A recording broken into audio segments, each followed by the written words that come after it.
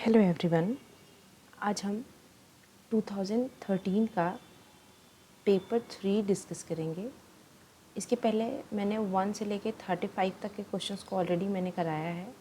जिसने भी नहीं देखा वो मेरे यूट्यूब चैनल की प्लेलिस्ट में जाके देख सकता है। आज हम 36 से क्वेश्चन करेंगे 75 तक। तो चलिए स्टार्ट करते हैं। हमारा क्वेश्चन है, consider the following statement as per the trade related investment measures. तो ये क्या है? ट्रिम्स। एक इसका भाई है, इसका नाम है ट्रिप्स। इन सब का मतलब क्या होता है?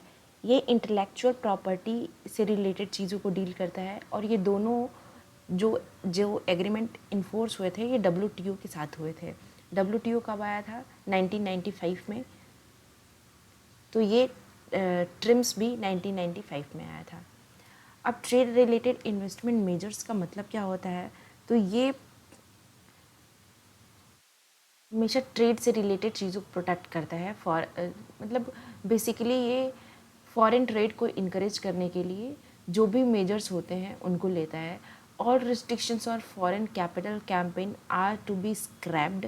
क्या ये सारे रिस्ट्रिक्शन जो कि फॉरेन कंपनियों के द्वारा लगाए जाते हैं, क्या उनको ये ख़त्म कर देता है? तो ये सही है। ये बेसिकली चाहता है कि इंटरनेशनल ट्रेड बढ़े। तो उसकी वजह से अगर कोई किसी भी तरह के रिस्ट्रिक्शंस लगे हों कंपनियों के द्वारा तो उनको ख़त्म किया जाता है। No restrictions will be imposed on any area of investment. और ये भी नहीं चाहता है ट्रिम से रिलेटेड कि किसी भी एरिया ऑफ इन्वेस्टमेंट में किसी भी तरह का रिस्ट्रिक्शन या इम्पोजिशन हो। तो ये भी हमारा सही है। तीसरा है, imports of raw material are to be allowed freely. तो ये भी है कि इम्पोर्ट्स हो जो रॉ मटेरियल के वो भी फ्रीली अलाउ हो। तो तीसरा भी हमारा सही है। और चौथा क्या? Export of part of the output will be mandatory. तो ये ज़रूरी नहीं है कि एक हम आउटपुट के पार्ट को एक का एक्सपोर्ट मैंडेटरी ही कर दे, तो ये इसका पार्ट नहीं है। बाकी first, second and third is the part of the TRIMs. तो हमारा ऑप्शन बी करेक्ट हो जाएगा। नेक्स्ट क्वेश्चन है, the fundamental cause of the collapse of Bretton Woods system. तो ब्रिटेन वुड्स सिस्टम क्यों ख़त्म हो गया था, उसकी क्या फंडामेंटल कारण है, तो हमें ये बताना है। पहला है लिक्विडिटी प्रॉब्लम। तो ये ब्रिटेन वुड सिस्टम में लिक्विडिटी से रिलेटेड प्रॉब्लम्स बहुत ज़्यादा देखने को आ रही थी। एडजस्टमेंट प्रॉब्लम भी था और कॉन्फिडेंस प्रॉब्लम भी था, क्योंकि अब ये डील करता था गोल्ड में और इसकी जो वैल्यू थी और कंट्रियों के कंपैरिजन में इसकी वैल्यू बहुत ज़्यादा थी, जो इसके स्टैंडर्ड को मेंटेन नहीं कर पा रहे थे। तो बहुत सारी दिक्कत आ रही थी ब्रिटेन वुड्स सिस्टम में। तो इसीलिए ये सारी दिक्कतें उसमें इंक्लूड हैं। कॉन्फिडेंस की प्रॉब्लम, एडजस्टमेंट की प्रॉब्लम, लिक्विडिटी की प्रॉब्लम। तो ये all of the above is a correct answer. Next question पे हम चलते हैं। हमें मैच ऑफ द फॉलोइंग करना है। फॉरेन एक्सचेंज क्या होता है? Hedging, arbitrage and species point. तो फॉरवर्ड एक्सचेंज का मतलब नॉर्मली यही होता है कि अगर हम आज कोई चीज़ आज कोई चीज़ हम सेल कर रहे हैं या बाय कर रहे हैं, तो उसको हम आगे आने वाले टाइम में हम उसको एक्सचेंज कर सकते हैं। तो यानी कि a contract to buy and sell foreign exchange another currency at a some fixed rate and in the future at the price aggregate upon now. यानी कि जो भी चीज़ें हम इसको हम फॉरवर्ड कर सकते हैं, यानी कि इन फ्यूचर में भी हम किसी एक फिक्स्ड रेट पे हम मुद्रा को खरीद या बेच सकते हैं। ये इसका मतलब होता है फॉरवर्ड एक्सचेंज का। हम ऑलरेडी रेट फिक्स कर लेते हैं, जिस रेट पे हम आज फिक्स करेंगे हम उसी में इन फ्यूचर फॉरवर्ड एक्सचेंज कर सकते हैं। तो हमारा ऑप्शन फर्स्ट का सेकंड करेक्ट होगा। नेक्स्ट है हमारा हेजिंग। तो हेजिंग बहुत सारे हमारे फॉरेन मार्केट में या सेकेंडरी मार्केट में जब हम फॉरेन एक्सचेंज करते हैं तो बहुत सारे रिस्क उसमें इन्वॉल्व होते हैं। तो उस रिस्क को कम करता है, यानी कि जो भी हमारे एक्सचेंज रिस्क हैं उनको कम करने का काम करता है, उनको कवर करने का काम करता है।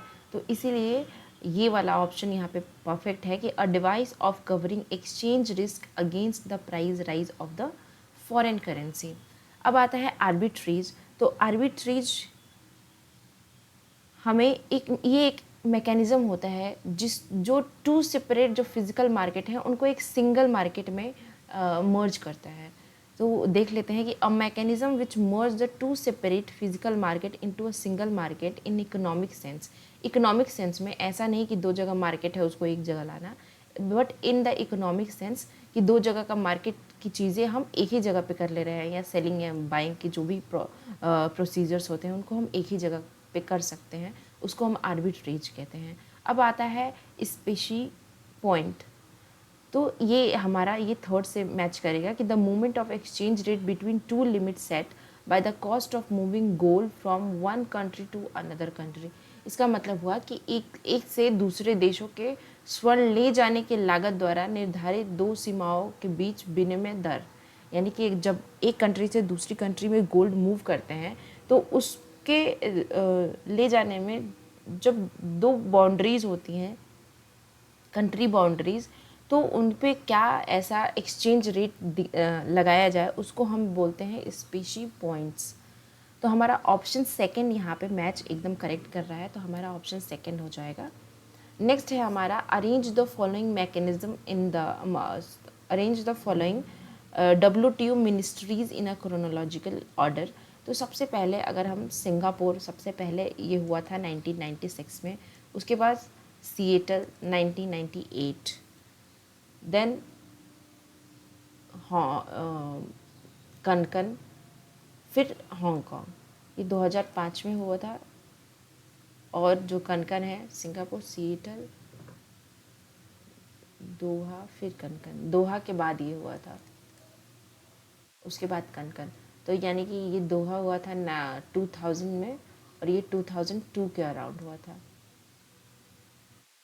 तो हमारा अगर इस तरह से हम मैच करें तो सबसे पहले आएगा सिंगापुर, उसके बाद आएगा Seattle, Singapore, Seattle, then Cancun और फिर हांगकांग। तो हमारा ऑप्शन नंबर बी करेक्ट होगा। नेक्स्ट क्वेश्चन पे हम चलते हैं। In Hong Kong and Taiwan the identical production possibility curve that are subject to increase opportunity cost then.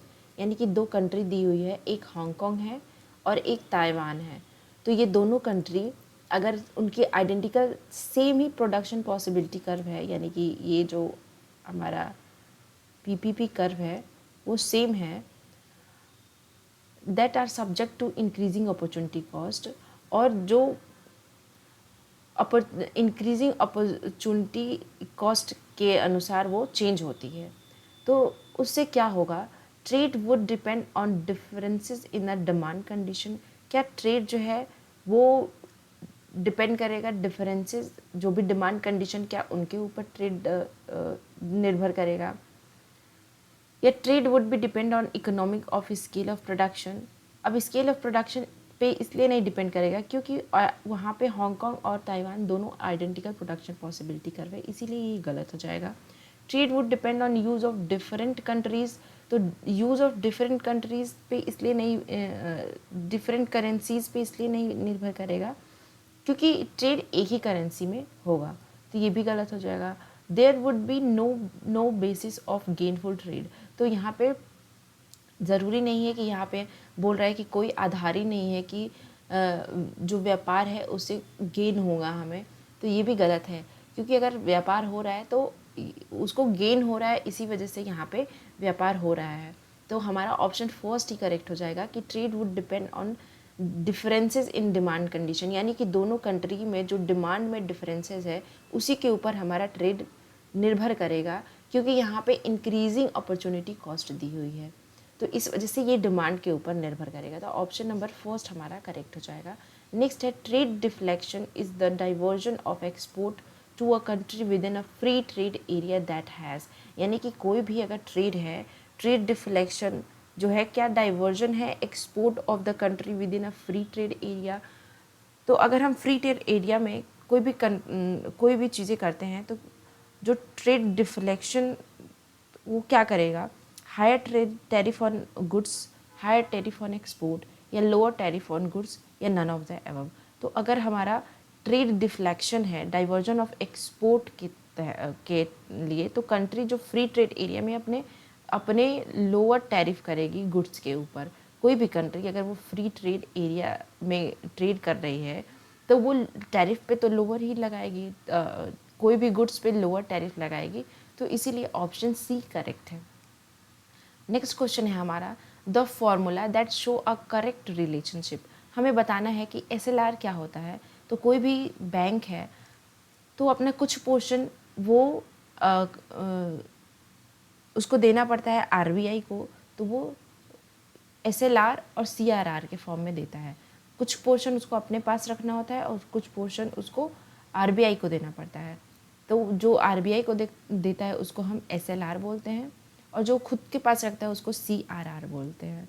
तो सीआरआर मतलब कैश और जो भी उसके पास बॉन्ड सिक्योरिटीज़ के रूप में रखता है अपने पास बैंक, ताकि वो इन फ्यूचर उसका वो यूज़ कर सके अगर बैंक किसी भी प्रॉब्लम में है तो। और एसएलआर वो देता है ज़्यादा इंटरेस्ट गेन करने के लिए, वो भी फ्रॉम द आरबीआई। तो जो भी बैंकों के पास एक्स्ट्रा, और दोनों को डेली बेस पे मेंटेन करना होता है, तो जो भी बैंक के पास अगर एक्स्ट्रा मनी हो या कुछ भी उसके पास अगर एक्सेस रिजर्व पड़ा हो तो वो देता है आरबीआई को, और उस एक्सेस रिजर्व के ऊपर आरबीआई उनको जो भी चार्ज करता है, जो भी परसेंटेज या इंटरेस्ट रेट चार्ज करता है, उसको हम रेपो रेट कहते हैं। तो इस तरह से आरबीआई से इनको फ़ायदा, मतलब बैंकों को फ़ायदा होता है कि जो भी उनके पास एक्सेस रिजर्व है वो उनको देके और उसके बदले वो इंटरेस्ट कमा लेते हैं। अब इस फॉर्मूला हम कैसे इसको हम फॉर्मूला हमारा कौन सा करेक्ट होगा, तो हमारा फॉर्मूला जो है एसएलआर इज़ इक्वल टू, पहले तो हम देखेंगे कि जो हमारा डिमांड एंड टाइम लायबिलिटीज़ हैं हम उसको लेते हैं, फिर हम current account balance with other bank, यानी current account balance with other bank, फिर एक्सेस रिजर्व को लेते हैं और हम डिवाइड कर देते हैं उसको इन्वेस्टमेंट और जो भी unencumbered government and other approval society securities हैं उससे।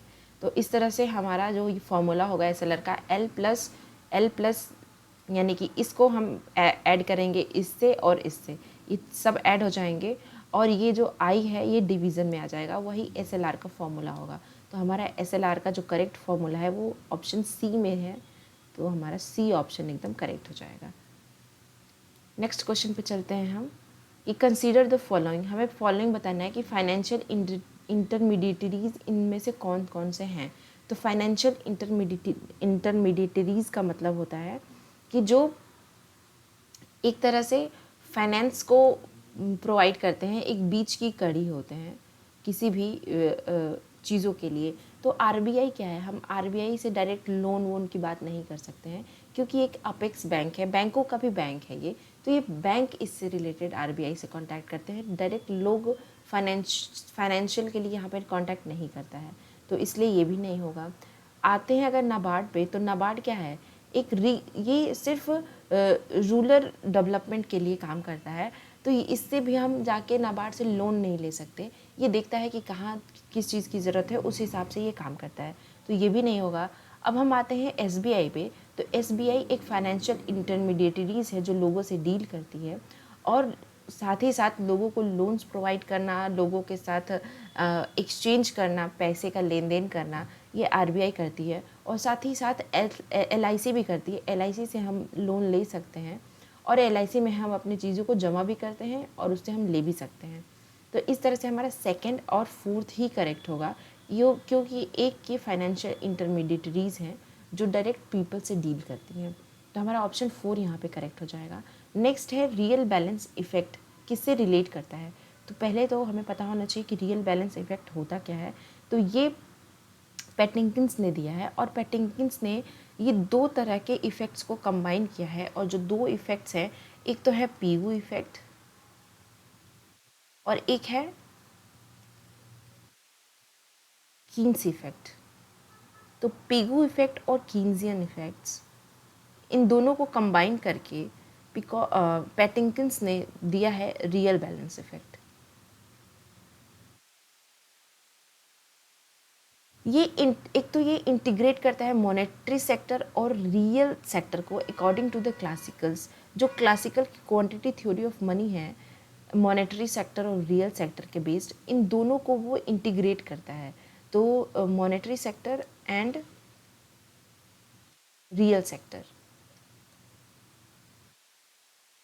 इन दोनों को इंटीग्रेट करता है। और इसका मतलब क्या होता है रियल बैलेंस इफेक्ट का, कि रियल जो भी परचेजिंग पावर होती है, स्टॉक ऑफ कैश बैलेंस, जो भी प्राइस, जब प्राइस लेवल हमारा चेंज होता है, वो पीपल के कैश बैलेंस इफेक्ट को जब भी प्राइस चेंज होगा तो जो लोगों के पास कैश है वो जो होल्ड किए हैं कैश, उनको इफ़ेक्ट करता है।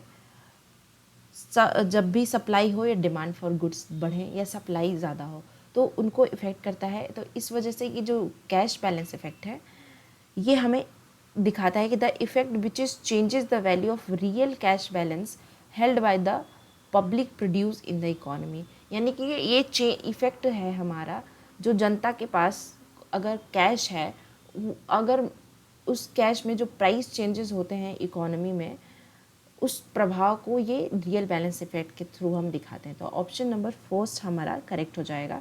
बाकी ये सब गलत हैं क्योंकि हमें पहले ही आंसर मिल गया कि जो लोगों के पास कैश हैं। हमारा नेक्स्ट क्वेश्चन है ये असर्शन एंड रीज़न से रिलेटेड। हमें बताना है कि RBI bank of India, RBI क्या मनी सप्लाई रेज करता है, money supply through purchasing of security. क्या मनी सप्लाई वो परचेजिंग ऑफ सिक्योरिटी के से बढ़ा देगा आरबीआई? तो मनी सप्लाई बढ़ाने के 2-3 मेजर्स आरबीआई लेता है। जितने भी रेट्स हैं जो आरबीआई द्वारा डिसाइडेड होते हैं, जैसे bank rate, SLR, CRR, repo rate, reverse repo rate, वो उन सबको कम कर देता है। वो कम करने का मतलब होता है, कम करने से बैंकों के पास ज़्यादा से ज़्यादा मनी होगी जिसको वो लोन के फॉर्म में लोगों को दे सकते हैं, जिसकी वजह से मनी सप्लाई हमारा बढ़ जाएगा। और एक दूसरा काम करता है कि ओपन मार्केट में अपनी सिक्योरिटीज़ जो है उनको वो खरीद लेता है। तो ओपन मार्केट में सिक्योरिटीज़ खरीदने का मतलब क्या होता है, बाइंग द सिक्योरिटीज़ का मतलब क्या होता है कि अगर वो सिक्योरिटीज़ खरीदेगा तो उसके बदले वो कुछ ना कुछ मनी देगा लोगों को, तो पैसे देगा, पैसे अगर लोगों को देगा तो मनी सप्लाई इंक्रीज़ हो जाएगी। तो इस वजह से हमारा ये असर्शन करेक्ट है। अब हम चलते हैं रीज़न की तरफ कि increase in money supply may result in expansion of investment and employment. अब मे रिजल्ट, इसका मतलब क्या हुआ कि क्या मनी सप्लाई के बढ़ने से हमारा इन्वेस्टमेंट बढ़ता है और एम्प्लॉयमेंट भी बढ़ता है। तो ये हमारा इंडिविजुअली तो सही है कि अगर मान लीजिए इनडायरेक्टली तो एम्प्लॉयमेंट भी बढ़ेगा ना, अगर इन्वेस्टमेंट कहीं भी होता है। अगर मान लीजिए कोई कंपनी खोलना चाहता है, अगर इसके पास मनी है तो कंपनी खोलेगा तो कुछ ना कुछ वहाँ पे लोगों को तो रखेगा, तो इसकी वजह से एम्प्लॉयमेंट भी बढ़ेगा। तो हमारा मनी सप्लाई की वजह से इन्वेस्टमेंट और एम्प्लॉयमेंट दोनों बढ़ता है। लेकिन अगर हमारा रीज़न बोले कि क्या जो आरबीआई है वो मनी सप्लाई बढ़ाने के लिए ये सब काम करती है, तो ये गलत है। मनी सप्लाई बढ़ने से ये होता है, लेकिन इसकी वजह से आरबीआई बढ़ाती है मनी सप्लाई, ये इसका कारण नहीं है।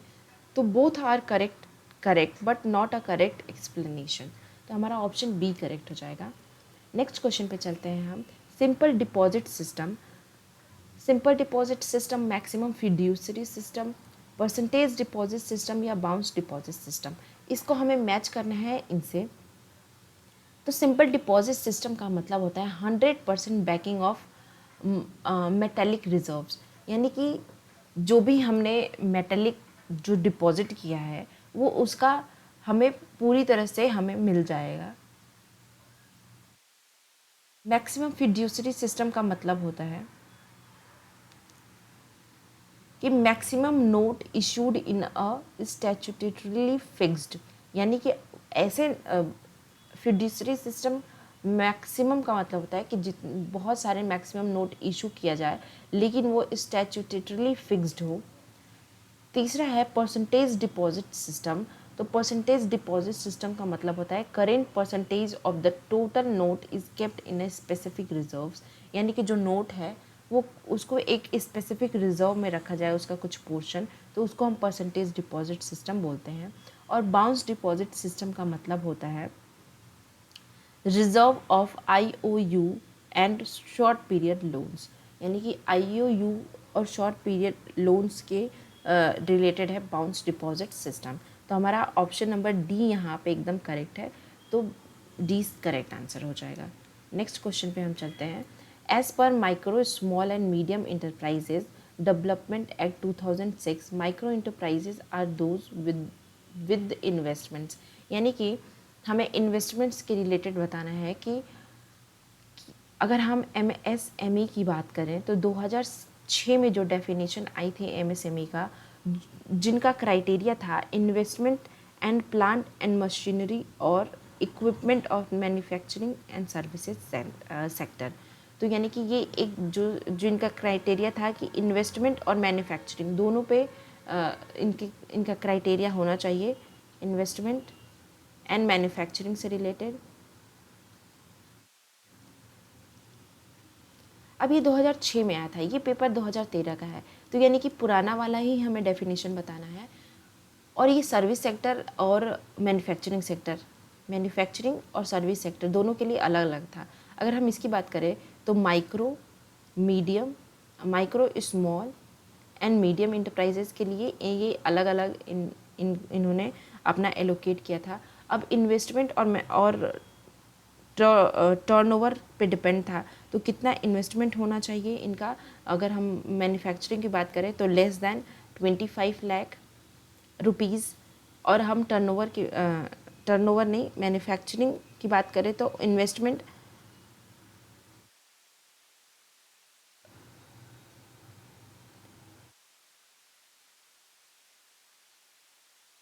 सर्विस सेक्टर में, ये मैन्युफैक्चरिंग सेक्टर में है, और सर्विस सेक्टर का जो इन्वेस्टमेंट होना चाहिए वो लेस दैन 10 लाख होना चाहिए।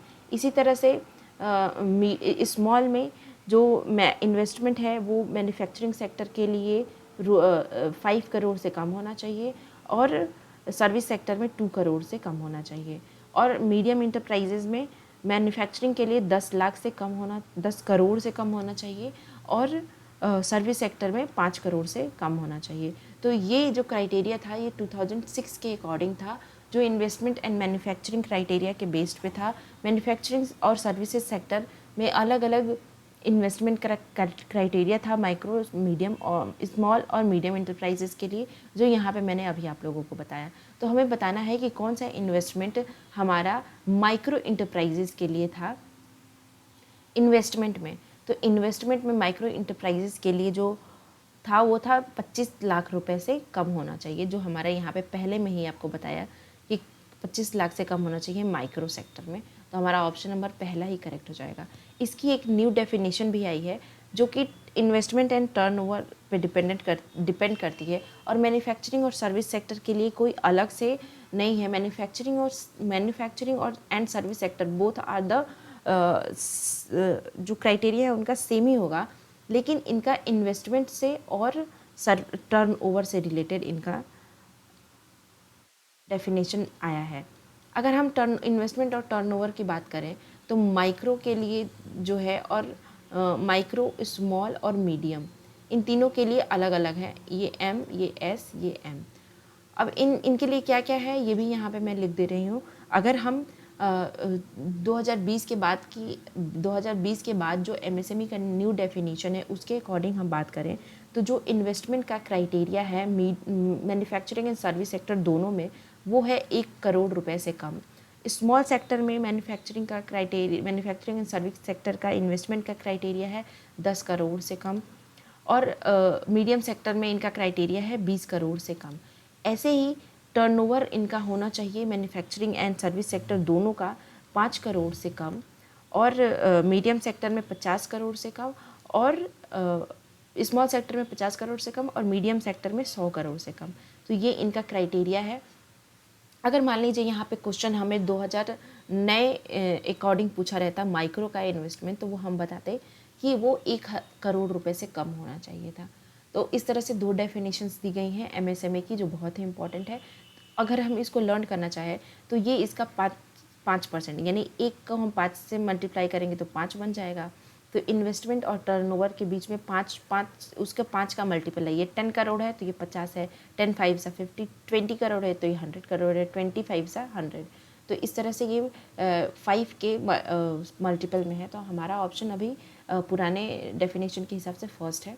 अब हम चलते हैं नेक्स्ट क्वेश्चन पे, जिसमें हमें कमेटी और उनकी कौन कौन सी किससे किससे वो रिलेटेड है। तो रंगराजन कमेटी जो रिलेटेड है वो है रंगराजन कार्वे कमेटी और अलग अलग। तो रंगराजन कमेटी डिसइन्वेस्टमेंट से रिलेटेड है, पब्लिक सेक्टर इंटरप्राइजेज में डिसइन्वेस्टमेंट कैसा होना चाहिए, ये रंगराजन कमेटी इनसे रिलेटेड है। कार्वे कमेटी स्मॉल इंडस्ट्री से रिलेटेड है। हजारी कमेटी ये लाइसेंसिंग से रिलेटेड है, इंडस्ट्रियल लाइसेंसिंग से। और अर्जुन सेन गुप्ता कमेटी ये पब्लिक इंटरप्राइजेज के लिए ये रिव्यू पॉलिसी देता है। तो इस तरह से हमारा जो ऑप्शन है वो सी करेक्ट है। नेक्स्ट क्वेश्चन पे हम चलते हैं। अब 11th 5 year plan aimed at generating. तो 11th 5 ईयर प्लान का क्या एम था, तो वो उनका एम था कि 58 मिलियन वर्क अपॉर्चुनिटी कैसे मिले, ये 11th 5 ईयर प्लान का एम था। नेक्स्ट है हमारा the unorganised worker social security act came in existence in. तो अनऑर्गेनाइज सेक्टर का सोशल सिक्योरिटी से रिलेटेड एक्ट कब आया था, तो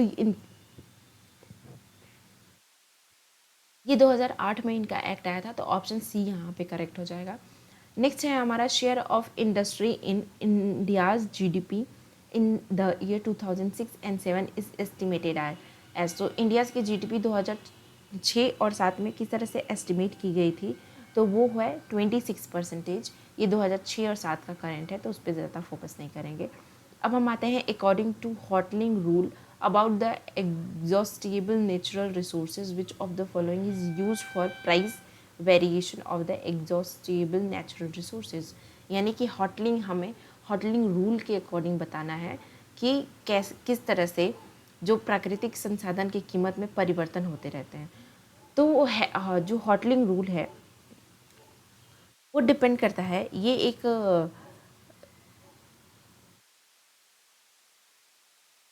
हमें बताता है हॉटलिंग रूल कि कैसे रेट ऑफ इंटरेस्ट जो हैं वो चेंज होते हैं इन्वेस्टमेंट के नेचुरल रिसोर्सेज के लिए। जो प्राइस ऑफ वेरिएशन है नेचुरल रिसोर्सेज का, वो रेट ऑफ इंटरेस्ट पे डिपेंड करता है। तो हमारा ऑप्शन पहला ही सही हो जाएगा, उसका लेबर कॉस्ट और उससे डिपेंड नहीं करता है। नेक्स्ट है हमारा suggest the correct answer about the pigment tax. तो सबसे पहले तो हमें पता होना चाहिए कि पिगमेंट टैक्स होता क्या है। तो ये पिगमेंट टैक्स जो है मार्केट ट्रांजैक्शंस के ऊपर लगता है, जो भी नेगेटिव एक्सटर्नलिटीज़ को जनरेट करते हैं उसके ऊपर। तो नेगेटिव एक्सटर्नलिटीज़ ध्यान रखिएगा कि जो भी मार्केट ट्रांजैक्शंस होते हैं अगर वो नेगेटिव एक्सटर्नलिटीज़ क्रिएट करते हैं तो पिगमेंट टैक्स वहाँ पे लगेगा। जैसे कि अगर हम इसका एग्जांपल लें तो tobacco tax, this is the part of the negative externalities. उसके बाद से शुगर टैक्स या carbon tax, these are the part of negative externalities जिस पे पिगमेंट टैक्स इम्पोज होता है। तो हमारा इसका ऑप्शन दिया है provide solution in order to internalise the total cost of activity in the market. क्या ये मार्केट की टोटल कॉस्ट एक्टिविटीज़ के ऊपर वो इंटरलाइज करती है, तो ये भी सही है, एक सोल्यूशन प्रोवाइड करती है कि जो भी मार्केट में एक्टिविटीज़ हो रही हैं उनके ऊपर। दूसरा है provide solution to reduce the production of pollutants through the public policy. तो ये भी सही है कि एक सोल्यूशन प्रोवाइड करता है कि जो भी पॉल्यूटेंट्स हो रहे हैं, जिसकी जैसे अब हम कार्बन टैक्स नहीं लगाएंगे तो बहुत सारे पॉल्यूटेंट्स होंगे हमारी इकॉनमी में और उस पर हम काबू नहीं पा सकते हैं। तो ये भी एक सोल्यूशन प्रोवाइड करता है कि जो भी प्रोडक्शन में पॉल्यूटेंट्स हो रहे हैं उसको रिड्यूस करने के लिए it help to increasing factor productivity in real sector. तो ये इसका ऑप्शन नहीं है, ये रियल सेक्टर की में फैक्टर प्रोडक्टिविटी की बात नहीं करता है, वो भी इंक्रीज़ करने की। बाकी it seems like a severance tax. Severance tax ये एक ऐसा टैक्स होता है जो कि ऑयल और गैसेस पे इम्पोज होता है, सिर्फ ऑयल एंड गैसेस पे। तो ये क्या ये इसी की तरह दिखाई देता है, लगता है, तो ये भी सी भी हमारा सी ऑप्शन करेक्ट हो जाएगा। ये इसी तरह से क्यों, क्योंकि ये ऑयल एंड गैस पे ही लगता है। और इसी तरह से PUN टैक्स सिर्फ निगेटिव एक्सटर्नलिटीज़ पे लगता है, तो इसीलिए ये सेम उन्हीं की तरह काम करता है। तो ऑप्शन सी हमारा करेक्ट हो जाएगा। नेक्स्ट क्वेश्चन है, विच of the following is correct about the contingent valuation method. तो कंटिजेंट वैल्यूएशन मेथड ये एक सर्वे बेस्ड टेक्निक है जो वैल्यू करता है नॉन मार्केट रिसोर्सेज के ऊपर। नॉन मार्केट रिसोर्स के ऊपर ये एक सर्वे बेस्ड टेक्निक है। अब ये स्पेशली इन्वायरमेंटल इकोनॉमिक्स के लिए यूज़ होता है ये मेथड। तो हमें बताना है कि ये कब यूज़ होता है। It used only for pollutant, it is used only for the item of positive utilities, या it used in item under market failure. तो हमारा ऑप्शन सी यहाँ पे करेक्ट है कि कंटिजेंट वैल्यूएशन मेथड हम मार्केट फेलियर के अंडर यूज़ करते हैं, और ये हमेशा नॉन मार्केट रिसोर्सेज के ऊपर हम इसको वैल्यू करते हैं या इस वैल्यूएशन करते हैं, और सर्वे बेस्ड टेक्निक होती है इसकी। तो ऑप्शन नंबर सी हमारा करेक्ट हो जाएगा। Natural growth of population is the outcome of the following. तो नेचुरल ग्रोथ का मतलब क्या होता है? नेचुरल ग्रोथ किसी भी पॉपुलेशन का तो तभी होगा ना जब नेचुरल तरीके से डेथ हो और नेचुरल तरीके से बर्थ हो, तो उसी तरह से नेचुरल ग्रोथ हो। तो इसीलिए हमारा crude death rate, birth rate and crude death rate, यही नेचुरल ग्रोथ ऑफ पॉपुलेशन का आउटकम है। तो फर्स्ट एंड सेकेंड यानी कि ऑप्शन नंबर डी हमारा करेक्ट हो जाएगा। नेक्स्ट क्वेश्चन है, identify the correct statement about the relationship between total fertility rate and gross reproductive rate. अगर हम total fertility and gross fertility की बात करें तो जो रिलेशन है हमेशा total fertility rate gross reproductive rate से ज़्यादा होता है, इज़ पॉसिबल। तो हमारा ऑप्शन नंबर फर्स्ट ही करेक्ट हो जाएगा। नेक्स्ट है, why does the share of agriculture in developing economies decline when national economy is growing rapidly. तो ऐसा क्यों हो रहा है कि जो हमारा एग्रीकल्चर सेक्टर है हमारी डेवलपिंग इकोनॉमी का वो डिक्लाइन हो रहा है, यानी कि एग्रीकल्चर सेक्टर डेवलपिंग इकोनॉमी का डिक्लाइन हो रहा है जब नेशनल इकोनॉमी रैपिडली ग्रो कर रहा है। अब हमारा डिक्लाइन इसलिए हो रहा है क्योंकि जो मैन्युफैक्चरिंग सेक्टर है एंड सर्विस सेक्टर है इनका इकोनॉमी में बहुत ज़्यादा योगदान है, जबकि एग्रीकल्चर सेक्टर का डे बाय डे डिक्रीज ही हो रहा है। तो इसलिए एग्रीकल्चर का जो शेयर है वो कम होता जा रहा है। अब इसके कारण भी बहुत सारे हैं, जैसे कि फूड बिकम लाइक अ इन्फीरियर कमोडिटी। अब धीरे धीरे फूड एक इन्फीरियर कमोडिटी की तरह नज़र आता दिख रहा है। तो ये भी एक कारण है कि एग्रीकल्चर का शेयर कम हो गया है। दूसरा है, growth of agriculture can not be faster, ज़्यादा तेज़ी से नहीं बढ़ रहा है, इसकी वजह से भी उसका शेयर कम हो गया है। और इंडस्ट्रियल सेक्टर ज़्यादा तेज़ी से बढ़ रहा है, इसकी वजह से भी एग्रीकल्चर में शेयर कम हो गया है इकॉनमी में एग्रीकल्चर का डेवलपिंग कंट्री के लिए। और public spending on a farm factor is not enough. जो फार्म सेक्टर हैं उन पे पब्लिक का इन्वेस्टमेंट ज़्यादा नहीं हो रहा है, ज़्यादा लोग सर्विस सेक्टर और मैन्युफैक्चरिंग सेक्टर पे इन्वेस्ट कर रहे हैं।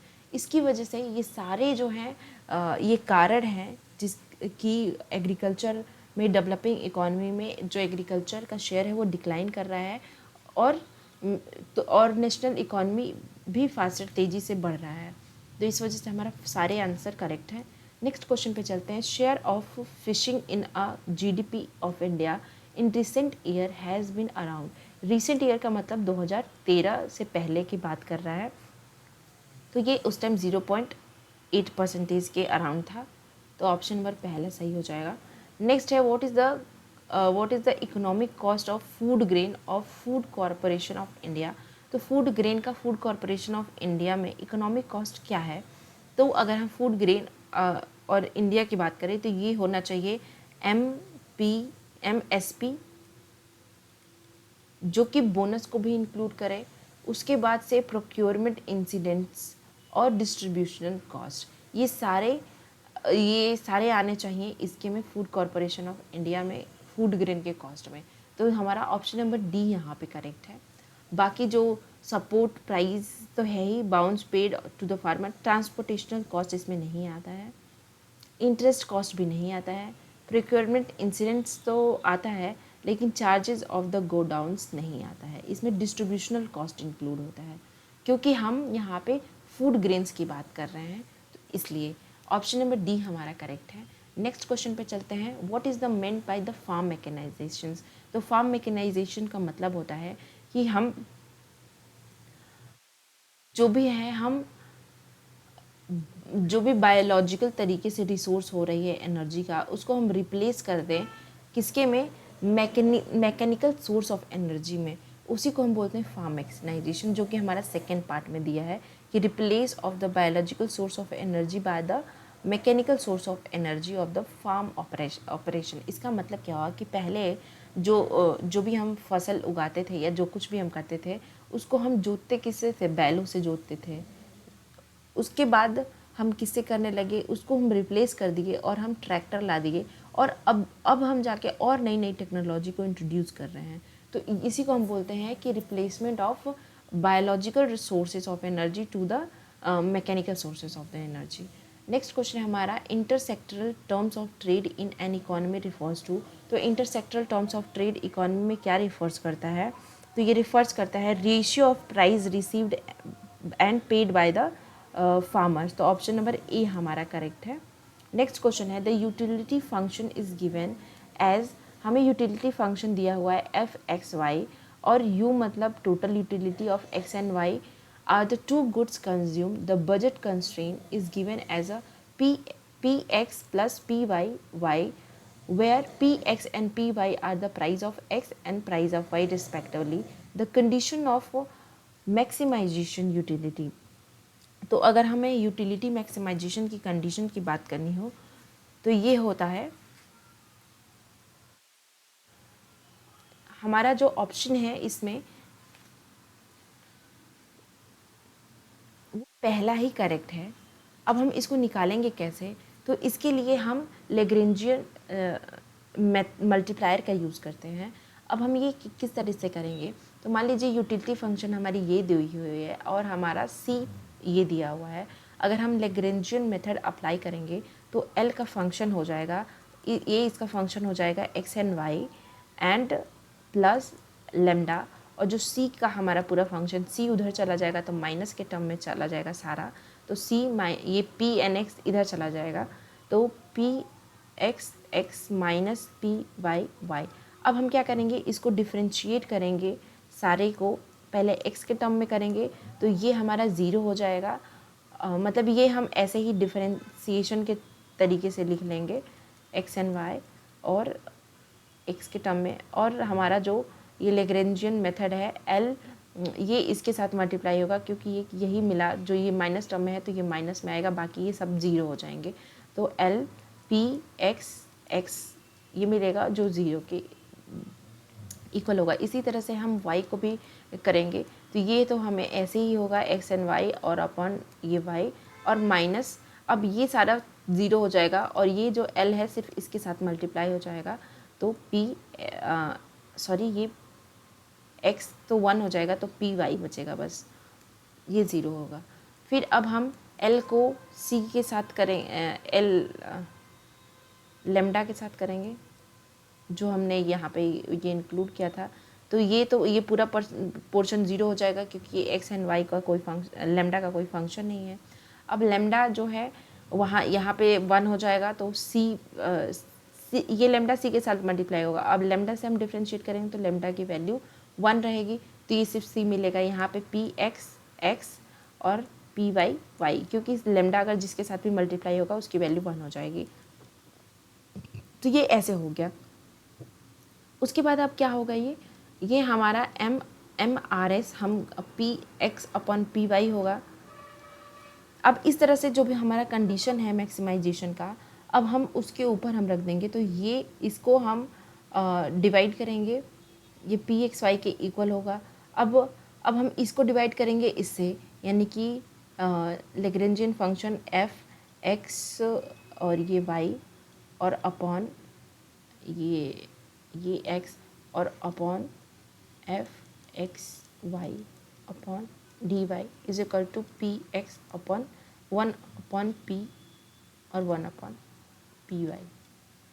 तो अब हम इसको जब उल्टा करेंगे तो ये इस तरह से आ जाएगा कुछ ये, तो हमारा ऑप्शन नंबर पहला ही करेक्ट हो जाएगा। नेक्स्ट क्वेश्चन है, हमें कॉस्ट फंक्शन दिया है, एक्स की वैल्यू दी है।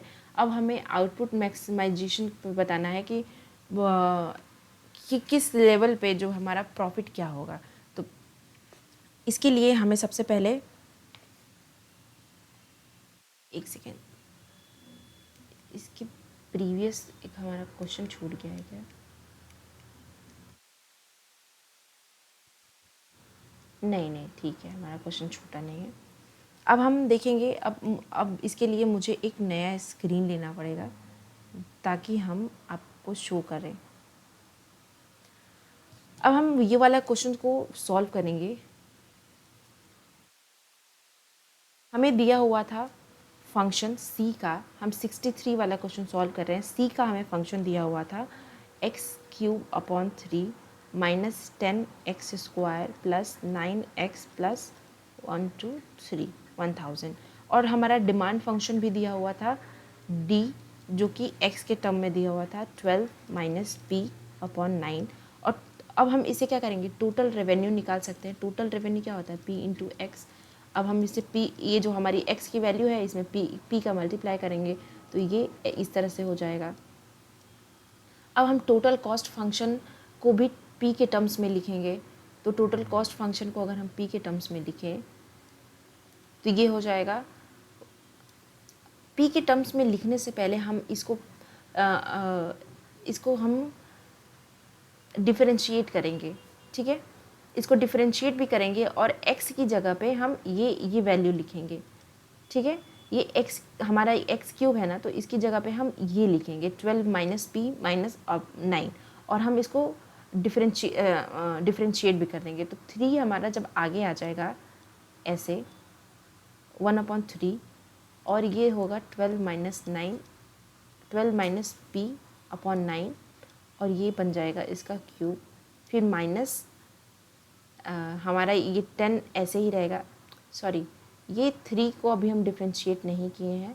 ये 1 इसका अपॉन 3 था तो ये 3 पहले आ गया, और इसको हम बस एक p के टर्म में, यानी कि x की जगह बस हम इस वैल्यू को लिख रहे हैं। तो ये 10 और यहाँ पे 12 माइनस p/9 का स्क्वायर, फिर प्लस 9, 12 माइनस p/9 9, और प्लस 1000। तो ये हमारा इसके टर्म्स में हमने लिख लिया। अब हम प्रॉफिट मैक्सिमाइजेशन के लिए हम प्रॉफिट क्या लिखते हैं, TR minus TC, TR minus TC। हमने TR यहाँ पे फाइंड किया था ये, और TC भी फाइंड किया था। तो इसको जब हम लिखेंगे तो P 12 माइनस p/9, फिर ये सब माइनस हो जाएंगे। तो माइनस 1/3 p माइन ये 12 माइनस p/9 का क्यूब, माइनस 10, 12 माइनस p/9 का स्क्वायर, प्लस 9, 12 माइनस p/9, और प्लस 1000। इस तरह से है। अब हम क्या करेंगे, इसको माइनस अगर करें तो ये माइनस था, और हम ये माइनस टर्म है ना CR, तो यहाँ पे ये पॉजिटिव था तो ये निगेटिव बन गया, ये निगेटिव था तो ये पॉजिटिव बन गया, ये पॉजिटिव था तो यहाँ पे ये निगेटिव बन जाएगा, और ये पॉजिटिव था तो ये निगेटिव बन जाएगा। इस तरह से हमारा ये निगेटिव और पॉजिटिव बन जाएगा। यहाँ से ये 9 और ये 9 कट जाएगा तो 12, और ये 12 था तो ये माइनस, ये यहाँ सिर्फ इस वैल्यू को मैं यहाँ पे लिख रही हूँ, माइनस 12 बन जाएगा, और ये प्लस p हो जाएगा। अब हम क्या करेंगे, अब मैक्सिमाइजेशन के लिए हम इसको डिफरेंशिएट करेंगे। तो जब हम इसको डिफरेंशिएट करेंगे तो ये कुछ टर्म हमारा इस तरीके से आएगा। देखिए, अब ये p इसमें मल्टीप्लाई होगा तो 12p हो जाएगा। जब हम इसको डिफरेंशिएट करेंगे तो सिर्फ 12 आएगा। फिर माइनस ये p था यहाँ पे, तो ये बन जाएगा, ये p² बन जाएगा। अगर हम इसको नॉर्मली अगर ऐसे सॉल्व करें तो 12p था,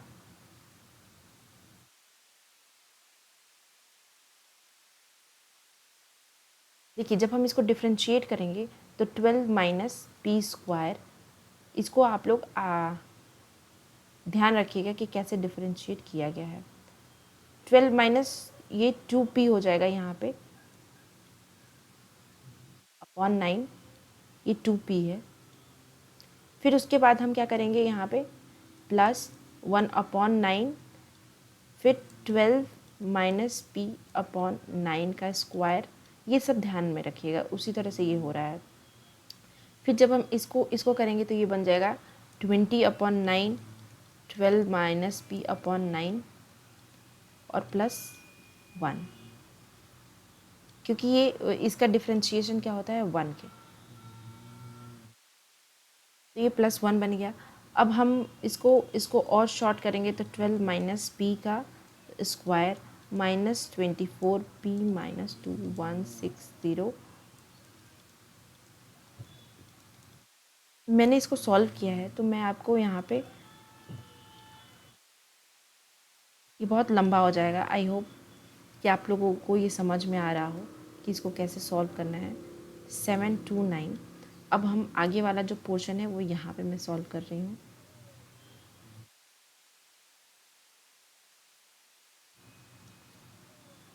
अब जब हम इस वाले वैल्यू को सॉल्व करेंगे तो ये कुछ ऐसे आएगा, P square minus 6p minus 315 upon 729। और उसके बाद से हम क्या करेंगे, हम मैक्सिमाइजेशन के लिए हम फिर से इसको सॉल्व करेंगे, क्योंकि ये हमें p की वैल्यू हमें फाइंड करनी है। तो p की वैल्यू फाइंड करने के लिए हम इसको 0 के इक्वल करेंगे, तो p square minus 6p minus 315, और ये उधर चला जाएगा 0, तो ये 0 से मल्टीप्लाई होगा तो 0 ही बन जाएगा। जब हम इसको सॉल्व करेंगे तो अगर हम 21 और 15 को मल्टीप्लाई करेंगे तो 15 आ जाएगा, और उसको हम डिफरेंस करेंगे तो 6 आ जाएगा। तो इस तरह से ये पी स्क्वायर माइनस 21 माइनस अगर 15p करें और तो ये इस तरह से हमारा आएगा P square minus 21p plus 15p minus 3150। फिर अब ये p ये इस तरह से बन जाएगा p माइनस 21 और p प्लस 15, ये दो हमें p की वैल्यू मिली। अब या तो p की वैल्यू हम 21 लें या तो p की वैल्यू हम माइनस 15 लें, तो हम निगेटिव पोर्शन को हटा देंगे, हम सिर्फ पॉजिटिव वाले चीज़ों को ही रखेंगे। तो अब हम क्या करेंगे, निगेटिव पॉसिबल नहीं है, तो अब हम x की वैल्यू जो हमें हमारा 12 माइनस p दिया हुआ है, तो हम यहाँ पे हम 21 को रखेंगे, तो 12 माइनस p की जगह पे हम 21 रखेंगे अपॉन 9, जो कि हमें मिला -1। तो -1 है, तो ये -1 हम देखिए, हम दोनों पे 21 और -15 दोनों पे रख के देखेंगे, तो इस पे वैल्यू -1 आ गई, तो ये परमिशेबल नहीं है। अब हम x की वैल्यू 12 माइनस 15 रख के देखें तो ये 15 प्लस बन जाएगा ये 9, तो इसको जब हम सॉल्व करेंगे तो ये आ जाएगा वैल्यू 3। तो ये 3 हमारा पॉजिटिव आ रहा है, तो इसीलिए हम 3 वैल्यू को लेंगे, तो हमारा ऑप्शन नंबर 3 करेक्ट हो जाएगा। तो अभी हम चलते हैं अपने प्रीवियस उस पर, तो हमारा ये ऑप्शन नंबर 3 करेक्ट है। आई होप जो मैंने किया हो आप लोग उसको एक बार सेव कर लीजिएगा, पता नहीं कहाँ चला गया। An input output model which has indigenous final demand vector is known as. अगर इनपुट आउटपुट मॉडल में अगर वो इंडिजिनस है तो वैसे डिमांड को हम क्या बोलते हैं, ये हमें फाइंड करना है। तो उसको हम क्या ओपन इनपुट आउटपुट मॉडल बोलते हैं या क्लोज इनपुट आउटपुट मॉडल बोलते हैं, तो उसको हम बोलते हैं क्लोज्ड इनपुट आउटपुट मॉडल, जब ये इंडोजिनस फाइनल डिमांड है हमारा। अगर ये एक्सोजिनस होता तो ओपन इनपुट आउटपुट मॉडल होता। 65 है हमारा, ये वैल्यू दी हुई है, ये दिया हुआ है, कोरिलेशन हमें निकालना है, तो इसको हम यहीं पर फाइंड कर लेते हैं। अब देखिए 3x is equal to 10 plus 5y दिया हुआ है, तो हम इसको x के टर्म में नहीं y के टर्म में फाइंड आउट करेंगे। तो 5y अगर हमारा इधर आ गया,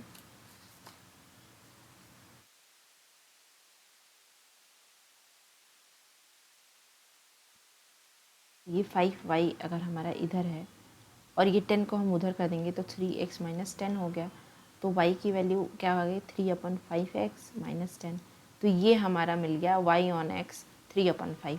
दूसरा है हमारा इक्वेशन 4y 5 प्लस 10 15x, तो हम इसको ये 5 को इधर भेज देंगे तो 15x इज इक्वल टू हो जाएगा 4y माइनस 5। तो x की वैल्यू क्या आ जाएगी 4/15y माइनस 5। तो y x ऑन y हमें 4/5 मिल गया।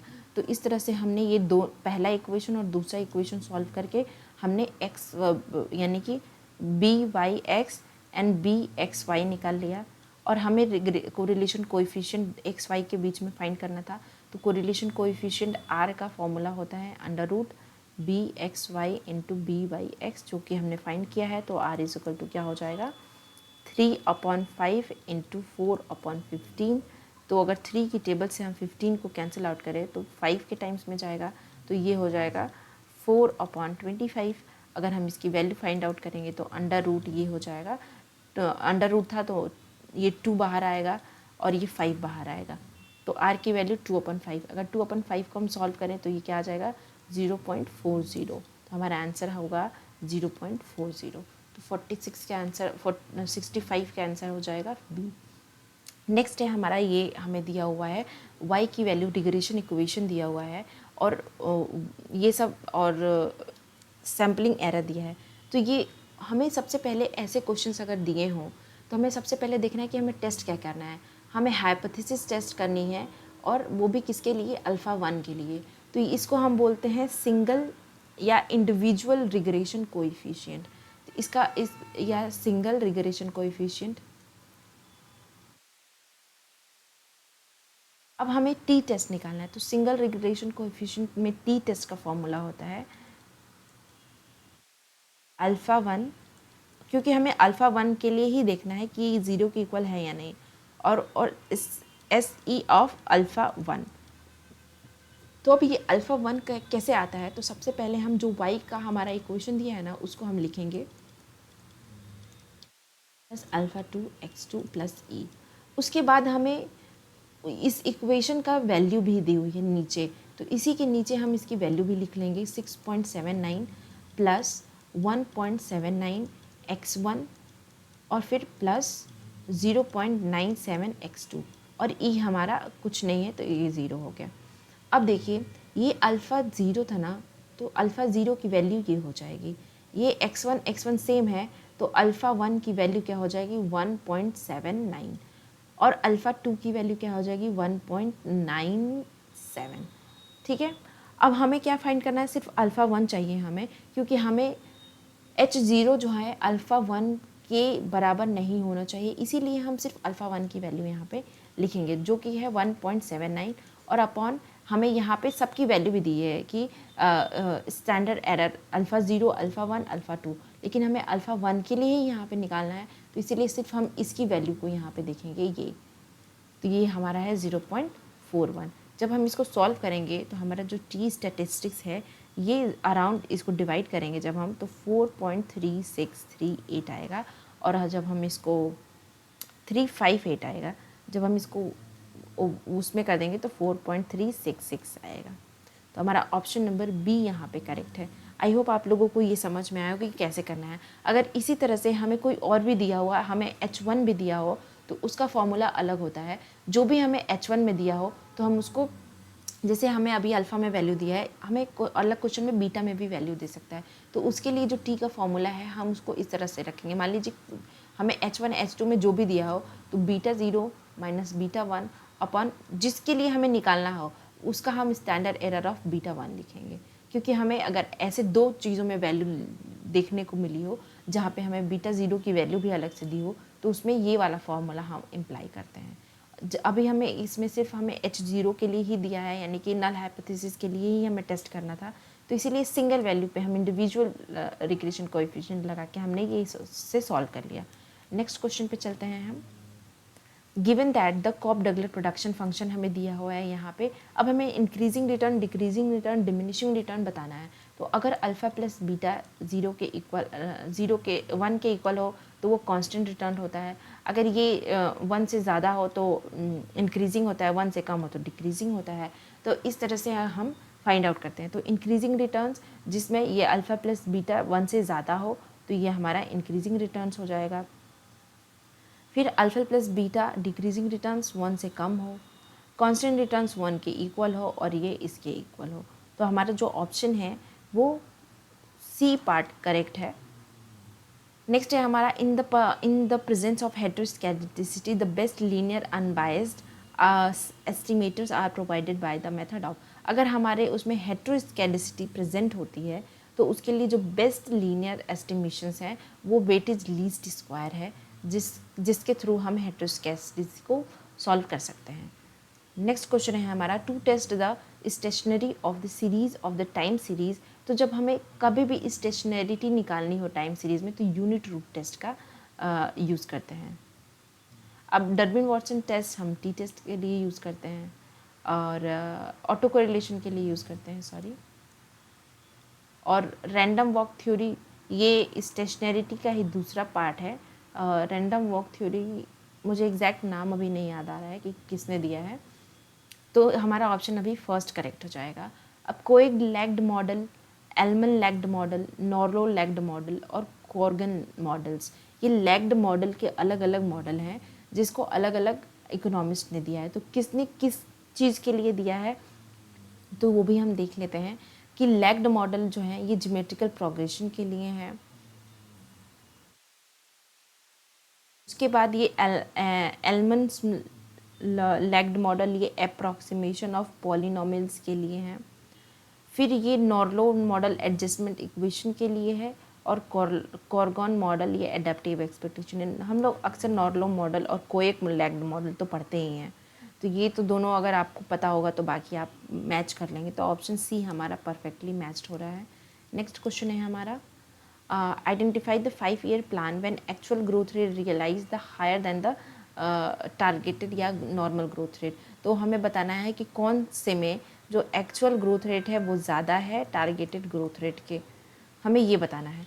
तो अब देखिए actual growth rate and targeted growth rate सारे अलग अलग 5-year प्लान में अलग अलग रहा है। अगर हम 5th 5-year की प्लान की बात करें तो इसमें जो टारगेटेड ग्रोथ था वो था 4.4% और जो एक्चुअल ग्रोथ था इसका वो था 4.8%। यानी कि इसमें तो ग्रोथ हुआ है जिसमें एक्चुअल ग्रोथ रेट ज़्यादा है।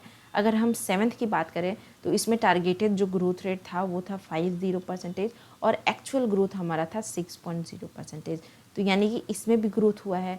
9th की बात करें तो 9th 5-year प्लान में 7.1% था टारगेटेड ग्रोथ और जबकि एक्चुअल ग्रोथ यहाँ पे 6.8% था, तो ये नहीं होगा। और 10th की बात करें तो इसमें जो टारगेटेड ग्रोथ था वो 8 था और जो एक्चुअल ग्रोथ था 8% था। 8.1 था और जो एक्चुअल ग्रोथ था 10th ईयर प्लान में वो था 7.6%। तो इसीलिए ये भी नहीं होगा, इसमें भी कम ग्रोथ हुआ है। यानी कि सिर्फ पहला और दूसरा में ज़्यादा ग्रोथ हुआ है टारगेटेड से एक्चुअल का, तो ये हमारा ऑप्शन नंबर सी करेक्ट हो जाएगा। इसके लिए मैं टारगेटेड और एक्चुअल के लिए एक अलग से वीडियो बनाऊंगी जिसमें हर एक ईयर का दिया होगा, तो वो ज़्यादा हेल्पफुल होगा। 1-2 मिनट का वो वीडियो होगा, तो वो ज़रूर मैं बनाऊंगी, तो वो देख लीजिएगा आप लोग। नेक्स्ट क्वेश्चन है हमारा which of the following development programme receiving 100% funding as a central sponsored scheme of the government of India. अब देखिए दो तरह की स्कीम होती है, सेंट्रल स्पॉन्सर्ड स्कीम होती है और एक सेंट्रल सेक्टर स्कीम होती है। तो सेंट्रल स्पॉन्सर्ड स्कीम ऐसी स्कीम को कहते हैं जिसमें सेंट्रल गवर्नमेंट 100% अपना स्टेक देती है और सेंट्रल सेक्टर स्कीम ऐसे स्कीम को कहते हैं जिसमें सेंट्रल गवर्नमेंट और स्टेट गवर्नमेंट दोनों मिलके उसमें पैसे देती हैं। सेंट्रल गवर्नमेंट का जो हिस्सा होता है वो ज़्यादा होता है, यानी कि कभी 70:30 हो जाए या 80:20 हो जाए, तो या 40:60 हो जाए, 60:40, यानी कि स्टेट का है और ये सेंट्रल का है, उसको बोलते हैं सेंट्रल सेक्टर स्कीम। तो ये दो इम्पॉर्टेंट डिफरेंस होते हैं सेंट्रल सेक्टर और सेंट्रली स्पॉन्सर्ड स्कीम में। तो ये सेंट्रली स्पॉन्सर्ड स्कीम है, तो वो कौन कौन सी स्कीम है जो सेंट्रली स्पॉन्सर्ड है गवर्नमेंट ऑफ इंडिया के द्वारा? तो वो स्कीम है हमारा accelerated power development reform programme पहला, फिर राष्ट्रीय कृषि विकास योजना, ये भी एक सेंट्रल स्पॉन्सर्ड स्कीम है, और नेशनल सोशल असिस्टेंस प्रोग्राम, ये भी एक सेंट्रल स्पॉन्सर्ड स्कीम है। बाकी वुमेन चाइल्ड डेवलपमेंट प्रोग्राम एक सेंट्रल सेक्टर स्कीम है। तो हमारा पहला, दूसरा और तीसरा सही होगा। नेक्स्ट है हमारा rank the state in decreasing order of their size of the state domestic product at current price in a recent year.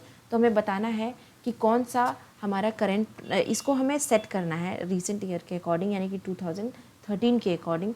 जो कि सबसे पहले होगा वो होगा हमारा महाराष्ट्र, फिर उत्तर प्रदेश, फिर तमिलनाडु, फिर कर्नाटका, यानी कि ऑप्शन नंबर डी हमारे यहाँ पे करेक्ट हो जाएगा। नेक्स्ट पे चलते हैं हम। विच what has been a share of the food beverages and tobacco in a private final consumption expenditure in the Indian in recent year।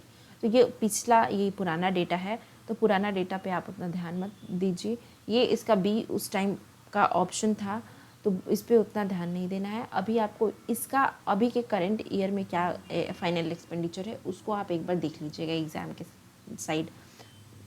Find out the incorrect statement हमें बताना है कि saving credit and insurance are the part of the micro finance. हमें false, हमें incorrect statement बताना है। तो incorrect statement इसका, तो सेविंग और क्रेडिट इंश्योरेंस ये तो हमारे पार्ट होते हैं माइक्रो फाइनेंस के, तो ये तो इनकरेक्ट नहीं, ये सही है। Share of agriculture in a GDP has come down to the below 11% in the Indian current recently. तो ये गलत था, ये उस टाइम जीडीपी के इतना कम नहीं गया था, तो ये फॉल्स स्टेटमेंट है। CSO has received the consumer price index series as a new base. क्या सीएसओ का ये बेस था? ये गलत है, सीएसओ का 2012 है new base. Poverty estimation in India is done in a NSSO data, तो ये सही है। यानी कि जो गलत स्टेटमेंट है वो सेकेंड एंड थर्ड है, तो हमारा option second and third correct हो जाएगा। तो हमने आज कंप्लीट कर लिया 2013 का पेपर 3 जून का। आई होप आप लोगों को समझ में आया होगा। जिसको जो भी कन्फ्यूजन है वो कमेंट सेक्शन में पूछ सकता है। इसके बाद हम सितंबर